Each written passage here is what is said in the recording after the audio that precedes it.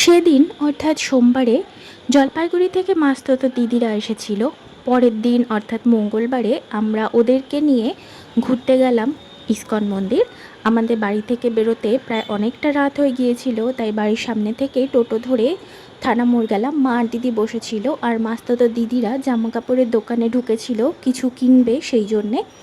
তারপর সেখান থেকে টোটো নিয়ে আমরা পৌঁছলাম ইস্কন মন্দির। ইস্কন মন্দিরে একটা নিয়ম আছে, সেই মন্দির প্রাঙ্গণে কেউ ভিডিও করতে পারবে না অথবা ছবি তুলতে পারবে না।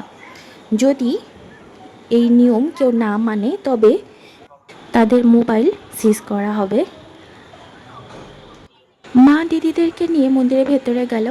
আমি মন্দিরের ভেতরে যাইনি, যেহেতু আপনাদের সাথে ভিডিও করে শেয়ার করব সেই জন্যেই।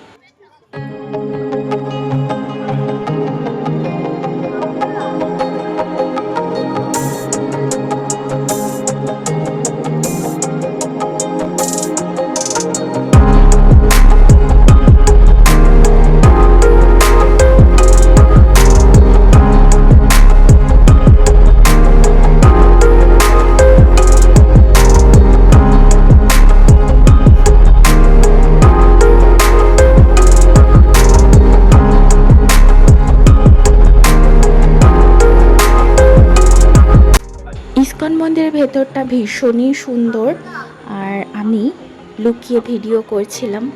পেছনে অ্যানাউন্স হচ্ছে যে সিসিটিভির আওতায় আছি, এবার ধরা পড়লে ফোনও নিয়ে নেবে, ভয়ে ভয়ে ভিডিও করছিলাম।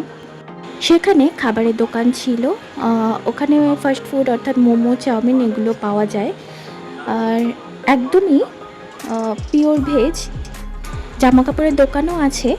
তারপর ঘোরাঘুরি করতে করতে চোখ পড়ে সুলভ মূল্যে ভোজনালয়ের দিকে, তাই আমরা একদমই ক্লোজে গিয়ে দেখি যে দিনের বেলা কোন সময় থেকে কোন সময়ের মধ্যে প্রসাদ বিতরণ করা হয়। অন্য কোনো সময় যাওয়া যাবে। মন্দির থেকে বেরোতেও অনেকটাই টাইম বেশি হয়ে গিয়েছিল, লাইটগুলো প্রায় বন্ধ হয়ে গিয়েছিল। তারপর সেখান থেকে টোটো ধরে শক্তিগড়ে ফিরি।